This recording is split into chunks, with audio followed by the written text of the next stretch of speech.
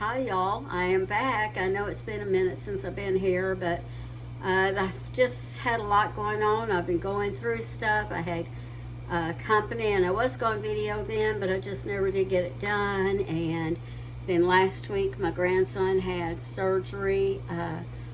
On the 4th of July, I had a friend pass away. Her husband and my husband, and me, we were all friends, and I actually used to be his daughter's teacher at one time, and he was quite a bit younger than us, and he was almost like a son to us, and has almost been like a son to us. And I guess I'm trying to say, because my husband's going to be with the Lord now, but he really helped out a lot here when my husband was living with things, when my husband was real sick and things he needed help with. But he and this woman, they started dating probably a little over 5 years ago, and they were married 4 years, and now she's passed away.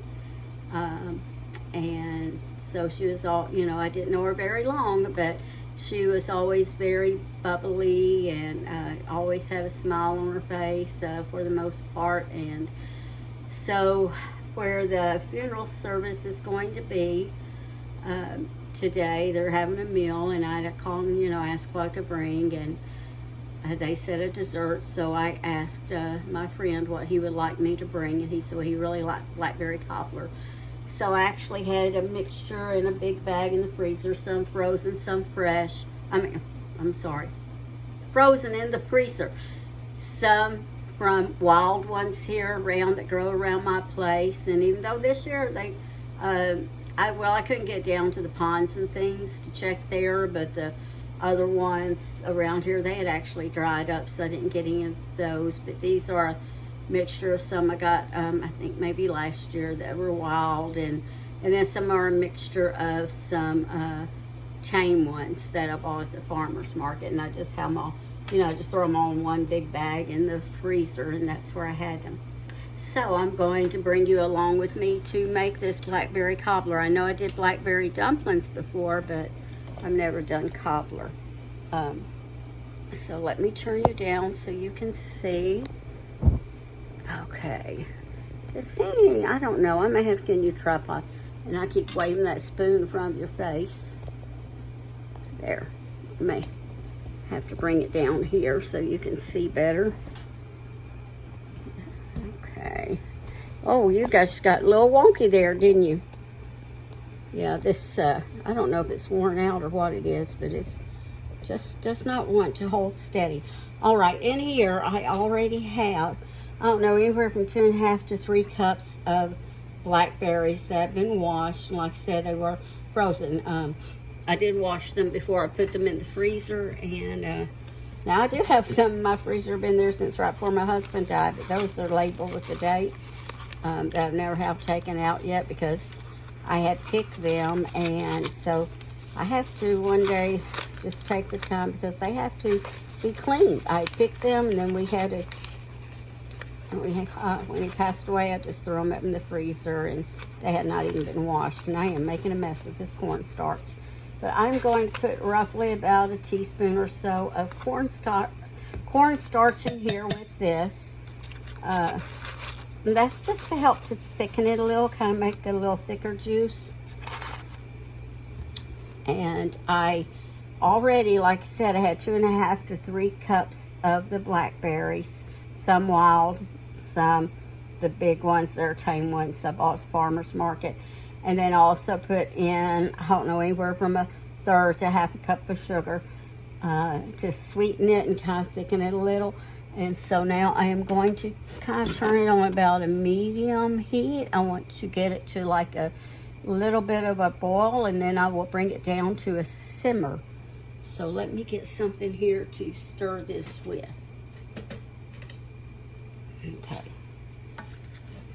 So I'm just, like I said, I put, that's about a teaspoon or so of cornstarch in there just to help thicken it up a little. We could do it with the sugar, alone and let it just keep cooking for a while, but I don't have that long to just let it keep cooking and thickening. Let it just keep thickening on its own. So, okay. So I will bring you back about the time that these all, well, and they get close to being where I want them. And like I said, I started on about medium low, and I'll turn it down to a simmer when it starts to have a little bit of a bubble in it. And you know what you can do too to help bring some of the juice? The sugar will macerate and bring juice out, but I like to just kind of chop just a little. Not all of them, but just a few of them. Give them a little rough chop, and then that will bring some of it out too. All right, I'll be back in a minute. All right, so this is just about where I want it. And I'm just letting it mainly just get hotter now. Like it came to, you know, a boil, and then I put it down on, not a rolling boil, just a little boil, and then I put it down on simmer, and it's just been simmering like 2 or 3 minutes, and I'm going to let it continue to simmer. Now, let me see if I can set you up here a minute so you can see what I'm going to be doing here. All right. So I have this pan, it's about 11 by 9, I think. And move back a little bit more so you can see. And I don't know, I'd say it's 3 or 4 inches deep, I'm not sure. And I'm just using this aluminum pan so I don't have to worry about trying to get my dishes afterwards. And I am going to put it in the oven at 350 and let the butter melt. Now I did butter the sides of it, but I am going to let the butter in this melt at 350. All right, now while that's doing that, I guess because of humidity, my flour and my sugar looked lumpy. So in here I have, and I do have blackberry stuff from, you know, going through them under my fingernails, so that's why my nails look dirty. They're really not. I do need to scrub them with some baking soda or something to get them clean. But in here I have put 1.5 cups of flour and 1.5 cups of sugar, and I am just going to system. And I say approximate because I really don't measure. I just kind of, you know, throw it in there. But I do try to get equal amounts of butter and sugar. I try to get equal amounts of everything, but sometimes I'll add a little more flour. Sometimes I'll add a little bit more sugar. Sometimes a little bit more milk. It all depends on how it looks to me. Now, I do like to try, when I do, you know, try to figure out, I do like to have about twice as many blackberries as I do, like, say, the flour. You know, if I'm using if I'm making a small pan, I'm using approximately 1 cup of flour, then I want like 2 cups of blackberries. So here I'm trying to use approximately 1.5 cups, and so I am using about 3 cups of blackberries. It could be 3, it could be 2.5, 2 3/4, it could be 3.5, but it's probably roughly about 3 because of the cup I had out putting them in. All right, now to this, let me get a spoon. I am going to start with about 1 cup of milk.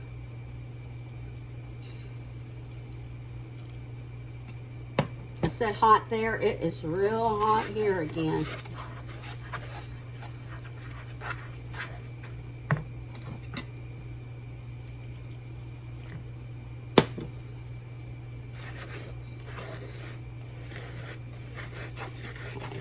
I want this thinner than I would biscuit dough. Now, some people make Blackberry Cobbler where they make like a pie filling and then they roll out a pie crust and lay it on top and then bake it that way. I did not grow up with it that way. This is kind of the way I grew up, and so I don't make it that way. I'm not saying those are not good. My husband liked any kind he could get. He didn't care, any kind of a Blackberry Cobbler. Okay. So that's about 1.5 cups. Let me see if I want to get thinner. Look at this. Sometimes I go by how much juice here. If I don't have a lot of juice here, then I will use more milk. But that juice there looks really good.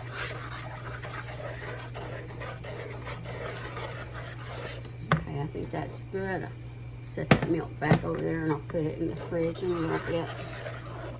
Still have a few little lumps, but that's okay. So you see how thin that batter looks? That's the way I like it. Okay, let me see if that butter's melted yet.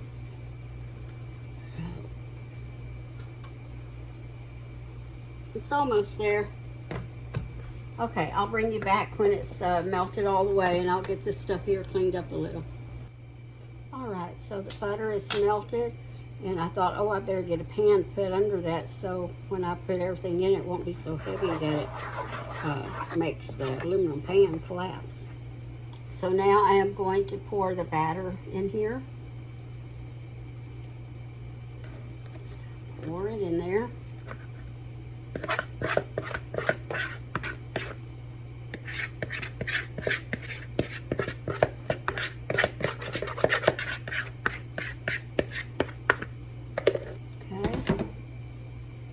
And just give it a little shake there. Now I've turned off the blackberries, and I am going to add about a teaspoon of vanilla extract to it. I think I've told you before, you don't really want to add the vanilla while you're cooking something on top of the stove till it's about finished or finished, because it can develop a bitter flavor.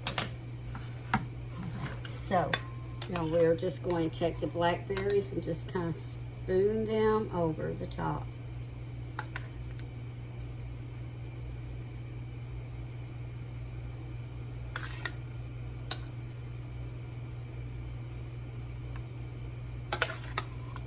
My husband's favorite cobbler was blackberry, and he liked it with chocolate ice cream.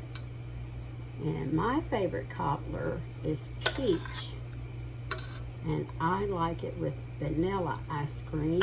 Or if I'm going to eat blackberry, I want vanilla ice cream also. And I would make, when blackberries came in season, I would usually make about 1 or 2 cobblers and about 1 or 2 blackberry dumplings. But for the most part, we would mainly eat cobblers in the winter because, you know, it is kind of a heavier dessert, and we just neither want like heavy meals or heavy desserts in the summer. Like, I could eat soup any time of the year, but my husband did not want soup in the summer. All right, so I am going to stick that in a 350 degree oven, and I will start it out at about 45 minutes, and then I'll check it after that. It'll take usually 45 minutes to an hour, so I will bring you back when it's finished, okay? All right, y'all, the blackberry cobbler is finished, and what I do, I can tell it's pulled away, so that looks good. And then I always lift it here and make sure it looks done there, because if it's not, and you can see the juice in there, you don't want it to be like the batter to be runny still. So it took about 45 minutes to cook. So it's all finished. I probably could have actually pulled out about 5 or 10 minutes, even earlier, but it does look good. All right, let me turn you up here a minute. I just got out of the shower and dried my hair a while ago, so that's why it looks so whoop right there right now. But listen, y'all have a wonderful evening, and remember to please share my video and to give me a thumbs up if you like it, and you know, share it to all of your social media outlets, and you know, invite people you know to subscribe to my channel. I sure would appreciate it. And probably a couple of more months or so, when we get a few more subscribers, we'll probably have another giveaway like we had, what was that, about a year and a half ago. We'll do like last time. When we get so many subscribers, then we'll do the giveaway. I'll, you know, announce it beforehand, but when we reach a certain number. Well, y'all have a wonderful evening, and remember to always season your cooking with love. All right, see y'all later.